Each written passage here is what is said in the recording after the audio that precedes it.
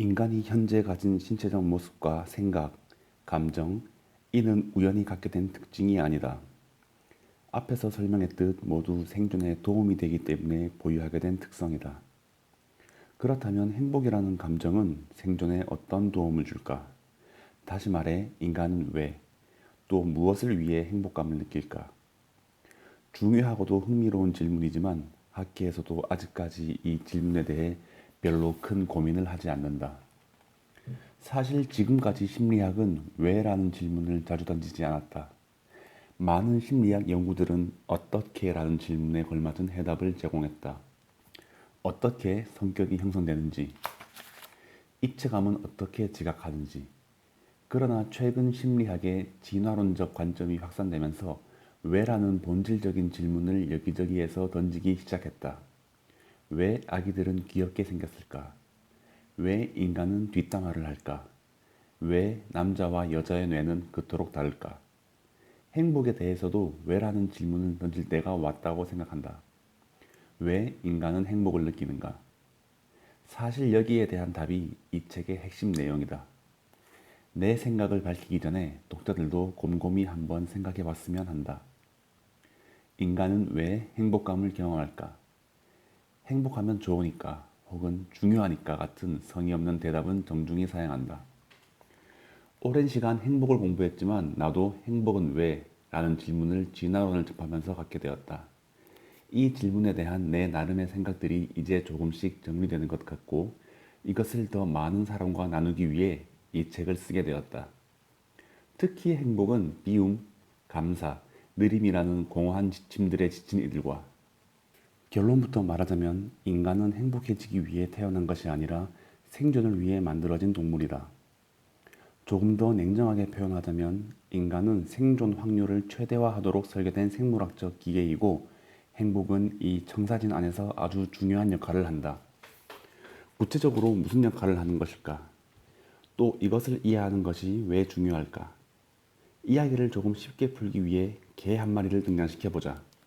개에게 인간은 조물주나 다름이 없다. 불과 1만 5천 년 전만 해도 개라는 동물은 지구상에 존재하지 않았다. 인간이 일부 온순한 늑대들과 조심스러운 교류를 시작했고 그 후 인간이 그 늑대로부터 다양한 품종의 개를 탄생시켰다. 식용 목적의 치와와, 사냥 도우미 리트리버, 영혼이 담긴 스누피를. 그래서 개들의 단군 신화에는 인간이 등장할 것이다. 그렇지 않고서 어찌 그토록 인간에게 충직할 수 있겠는가?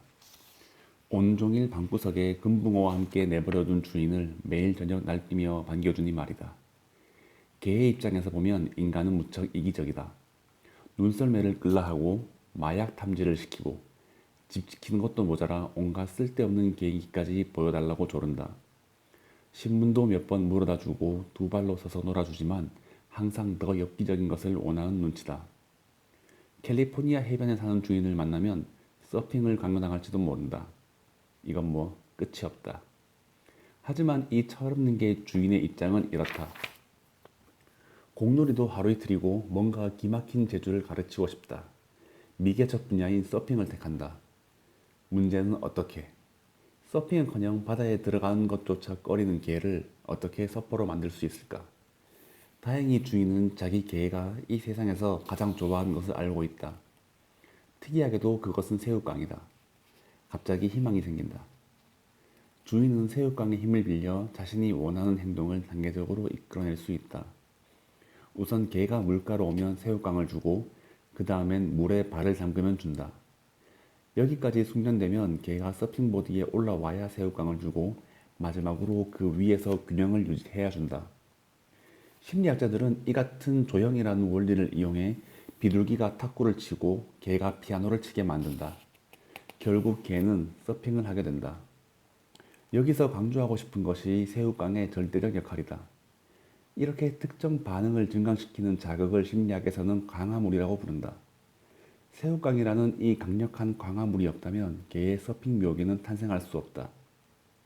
묘한 점은 이것이다. 개는 서핑을 하겠다는 생각을 한 번도 한 적이 없다.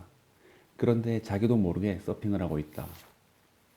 개의 유일한 관심사는 새우깡이었고 이것을 먹기 위한 행동이 어느새 서핑으로까지 발전한 것이다. 그러면 개는 왜 그토록 새우깡을 먹으려고 했을까? 새우깡 자체가 아니라 그것을 먹을 때 개의 뇌에서 유발되는 쾌감 혹은 즐거움 때문이다. 개는 이 쾌감을 다시 느끼기 위해 새우깡을 계속 원하게 된 것이고 그 과정의 누적이 서핑으로 결실을 맺은 것이다. 사실 나는 개도 서핑도 관심이 없다. 하지만 이 예시는 내가 생각하는 행복의 본질적인 속성을 아주 쉽게 설명한다. 한마디로 행복의 본질은 개에게 서핑을 하도록 만드는 새우깡과 비슷하다. 차이점은 인간의 궁극적인 목표가 서핑이 아니라 생존이라는 점이다. 서핑과 생존, 차원이 다른 두 목표지만 이것을 달성하기 위해서는 수단이 필요하다. 개의 주인이 사용한 수단은 새우깡이었다. 그렇다면 인간이 생존에 필요한 행동을 하도록 만든 것은 무엇일까? 자연은 기막힌 설계를 했다. 내 생각에 개에게 사용된 새우깡 같은 유인책이 인간의 경우 행복감, 즉 쾌감이다. 개가 새우깡을 얻기 위해 서핑을 배우듯 인간도 쾌감을 얻기 위해 생존에 필요한 행위를 하는 것이다. 쉽게 생각해보자. 인간이 음식을 먹을 때, 데이트를 할 때, 얼어붙은 손을 녹일 때, 아, 좋아, 행복해라는 느낌을 경험해야 한다. 반드시. 그래야만 또다시 사냥을 나가고 이성에 대한 관심을 갖는다. 먼 옛날 어떤 남자가 고기나 여자에는 전혀 관심이 없고 오직 나무에 나이테를 셀 때만 묘한 즐거움을 느꼈다고 치자. 눈만 뜨면 밥도 안 먹고 나가서 나무를 자른다. 그는 성인기까지 살아남을 가능성이 희박하다. 살아남는다 해도 나이테 동호회에서 어느 정신 빠진 여자를 만나기 전에는 유전자를 남길 수가 없다. 우리는 이런 기이한 라이프 스타일을 가진 자들의 후손이 아니다. 호모사피엔스 중 일부만이 우리의 조상이 되었는데 그들은 목숨 걸고 사냥을 하고 기회가 될 때마다 짝짓기에 힘쓴 자들이다. 무엇을 위해? 삶의 의미를 찾아서? 자아 성취? 아니다. 고기를 씹을 때, 이성과 살이 닿을 때, 한마디로 느낌이 완전 굿이었기 때문이다. 우리의 조상이 된 자들은 이 강렬한 기분을 느끼고 또 느끼기 위해 일평생 사냥과 이성 찾기에 전념했다. 이 과정에서 그들은 자신의 유전자를 남기게 된다. 유전자를 퍼뜨리려는 거창한 포부 때문이 아니라 개가 새우깡을 통해 얻는 쾌감을 인간도 최대한 자주, 많이 느끼기 위해 고기와 이상에 몰두한 것이다. 덕분에 그들은 지금 이 글을 쓰고 있는 우리에게 성공적으로 유전자를 전달했다. 행복감을 인간이 왜 느낄까? 라는 질문으로 이 챕터를 시작했다. 여러분은 어떤 대답을 했을지 궁금하다. 나의 간결하고도 건조한 답은 생존, 그리고 번식이다. 아무리 쥐어짜 봐도 낭만이라고는 한 방울도 나오지 않을 이런 얘기를 나는 왜 굳이 주장하는가? 지금까지 행복을 연구하는 학자들을 포함해 대부분의 사람이 행복을 너무 로맨틱하고 관념적인 관점에서 바라보고 있다. 아리스토텔레스 이후 이런 행복 신비주의가 탄생했을 것이다.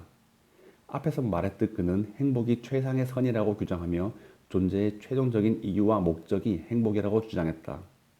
많은 사람에게는 익숙한 생각이다.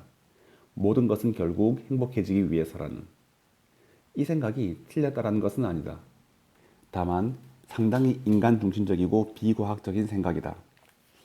벌집을 비집고 들어가 벌들에게 존재의 이유를 물으면 그 녀석들은 아마도 한 목소리로 꿀이라고 외칠 것 같다. 하지만 틀렸다기보다는 벌의 관점에서 좁게 생각하고 있는 것이다. 하지만 자연의 대법칙에 스티븐 호킹 박사가 쓴 확성기를 대면 이런 말이 나올 것이다. 아, 주목. 인간과 벌, 특히 인간. 모든 생명체의 최종 목적은 행복도 꿀도 아니란다. 오직 하나, 생존이다. 그렇다.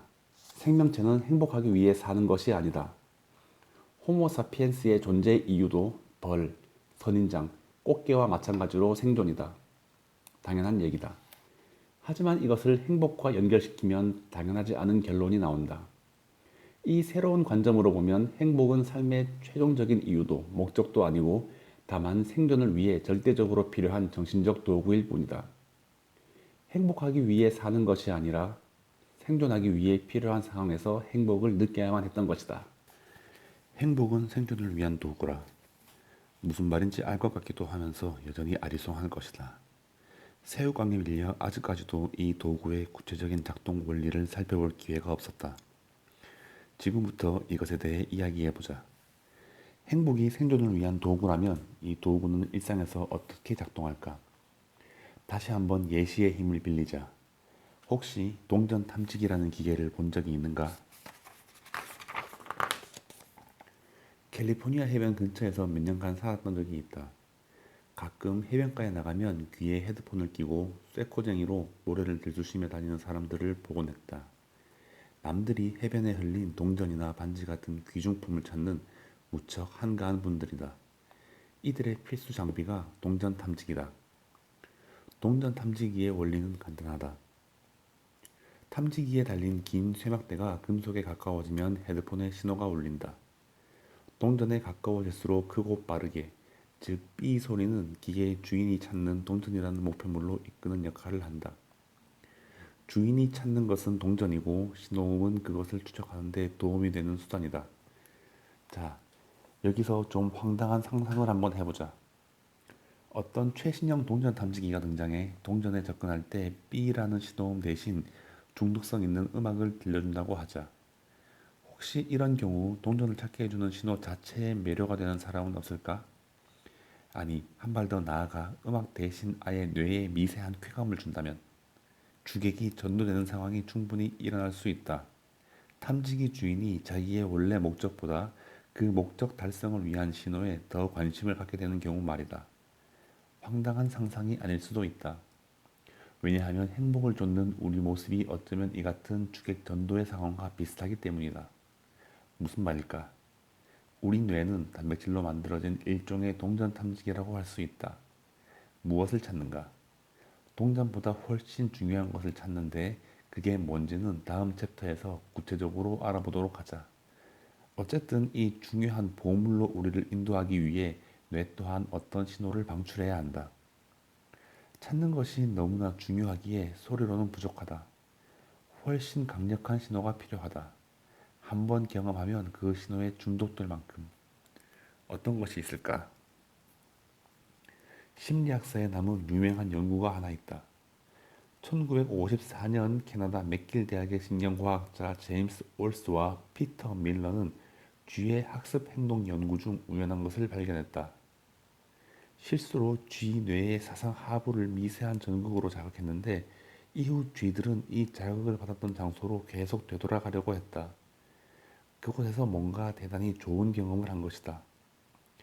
연구자들이 상황을 다시 분석하면서 알게 된 사실은 쥐들이 되돌아가려는 그 장소에서의 뇌의 쾌감 센터가 우연히 자극을 받았다는 것이다. 이후 스스로 쾌감 센터를 자극할 수 있는 지렛대를 만들어주고 쥐의 행동을 관찰했다. 자위적인 쾌감을 느끼기 위해 쥐들은 식음을 전폐하고 지렛대를 두드렸다. 한 시간에 무려 7,000번을 두드리다가 거품을 물고 쓰러지는 쥐들이 생겨났다. 지렛대를 누르기 위해 치명적인 전류가 흐르는 바닥을 건너기도 하고 어미 쥐들은 갓 태어난 새끼들도 잊은 채 두드리고 또 두드렸다. 금붕어, 원숭이, 돌고래의 뇌에서도 이런 쾌감 센터가 발견되었다. 모든 동물의 뇌가 가진 중요한 역할 중 하나가 바로 이런 쾌 혹은 불쾌의 경험을 즉각적으로 구분하고 만들어내는 것이다. 인간이 느끼는 쾌감은 뇌의 여러 부위가 만들어내는 학작품이지만 역시 사상 하부가 큰 역할을 한다. 그리고 쥐와 마찬가지로 쾌감과 연합된 경험을 기억 속에 확실히 남겨놓는다. 첫사랑, 그때 그곳, 그 맛을 절대 잊지 못하게 만든다. 나의 쾌감 전구를 울리는 것 중 하나는 평양냉면이다. 평양냉면 지렛대가 없길 다행이다. 쾌의 느낌에 우리가 붙이는 명칭은 상황에 따라 다르다. 기쁘다, 재미있다, 통쾌하다, 즐겁다, 신난다, 좋다. 그러나 모두 쾌가 원료인 경험이고 이들은 행복감의 가장 기초적인 재료가 된다. 이런 쾌의 전구가 켜지며 발생하는 여러 세세한 감정을 묶어 심리학에서는 긍정적 정서라고 한다. 반대로 불쾌의 바탕을 둔 여러 감정을 묶어 부정적 정서라고 부른다. 문화, 나이, 성별에 관계없이 모든 인간의 감정은 쾌 혹은 불쾌의 두 바구니 중 하나에 반드시 담긴다. 그래서 힐랍 시대의 철학자부터 오늘날의 행복 연구자들까지 쾌와 불쾌의 상대적인 비교를 행복의 중요한 기준으로 생각한다. 행복의 핵심은 부정적 정서에 비해 긍정적 정서 경험을 일상에서 더 자주 느끼는 것이다. 이 쾌락의 빈도가 행복을 결정적으로 좌우한다. 많은 현대인의 삶이 행복관역을 제대로 못 맞추는 이유가 쾌락의 중요성을 과소평가하기 때문이다. 책 말미에 다시 다루게 될 포인트다. 왜 모든 동물은 쾌와 불쾌의 잣대로 경험을 나누는 것일까? 생존과 밀접한 결정들을 효율적으로 처리하기 위해서다. 쾌와 불쾌의 신호는 우리를 위험으로부터 보호하고 기회를 포착하도록 응원한다. 뱀, 절벽, 사기꾼, 썩은 음식, 치명적인 위협들이다. 이때 우리의 뇌는 두려움이나 역겨움 같은 불쾌의 감정을 유발시켜 위험하니 피하라는 메시지를 전달한다. 감정은 그 어떤 매체보다 즉각적이고 강력하며 효율적이기 때문이다. 그러나 단지 위험을 피하는 것만으로는 장기적으로 생존할 수 없다. 비옥하지만 가보지 않은 낯선 땅, 매력적인 이성, 절벽에 붙어있는 꿀이 가득한 벌집. 당장 손에 쥐지 못한다고 실신하는 것은 아니다. 허나 장기적 생존을 위해서는 이런 자원을 확보해야 한다. 번호표를 쥐고 기다린다고 갖게 되는 것이 아니다. 두렵지만 길을 나서야 되고 고단하지만 10번을 찍어봐야 한다. 이것은 엄청난 의욕과 에너지를 요구한다. 따라서 그 노력에 상응하는 강력한 보상이 필요하다. 쾌감을 유발하는 정서들이 바로 이런 역할을 한다. 희열, 성취감, 뿌듯함, 자신감. 이런 치명적 매력을 가진 경험을 한번 맛보면 또다시 경험하고 싶어진다. 그것을 유발시킨 모든 사건, 물체, 장소, 사람을 또 찾아 나선다. 올스와 밀러 실험의 쥐들처럼 스스로 인식하든 못하든 이 과정에서 자신이 장기적인 생존 확률은 높아진다. 간단히 요약하면 쾌와 불쾌의 감정은 나설 때와 물러설 때를 알려주는 생존 신호등이다. 불쾌의 감정은 해로운 것으로부터 우리를 보호하는 빨간 신호등이다. 이 신호를 무시하면 몇 번은 운 좋게 살 수 있어도 결국에는 비극적인 종말을 맞는다. 쾌의 감정들은 파란 신호등이고 행복은 이런 경험에 바탕을 두고 있다. 생존에 유익한 활동이나 생각을 하고 있을 때 그 일에 계속 매진하라고 하는 것이 쾌의 본질적인 기능인 것이다. 정리를 해보자. 우리 뇌도 동전 탐지기처럼 뭔가를 찾도록 해주는 역할을 한다. 무엇인가 손에 쥐기 위해서는 그것을 찾으려는 의욕이 필요하고 또 그 목표물에 얼마나 근접했는지를 알려주는 신호가 필요하다. 우리 뇌가 발생시키는 쾌감이 바로 그 두 가지 기능을 한다. 행복한 사람은 쉽게 말해 이 쾌감 신호가 자주 울리는 뇌를 가진 자다. 동전 탐지기의 신호가 아무 때나 울리지 않듯 행복 전구도 선별적으로 켜진다. 질문은 이렇게 좁혀진다. 그렇다면 우리 뇌의 행복 전구는 언제, 그리고 무엇을 할 때 가장 확실하게 켜지는가? 옥수수 알갱이들이 뜨거운 불을 만나야 팝콘으로 터지듯 우리 뇌의 행복 전구들도 찾고 있는 그것에 접근할 때 커진다. 뇌가 꾸준히 찾는 그것, 혹은 그것들은 무엇일까? 뇌의 유일한 관심사는 생존이라는 점이 결정적인 힌트다. 행복 전구는 언제 켜질까? 우리는 언제 행복을 느낄까와 같은 질문이다.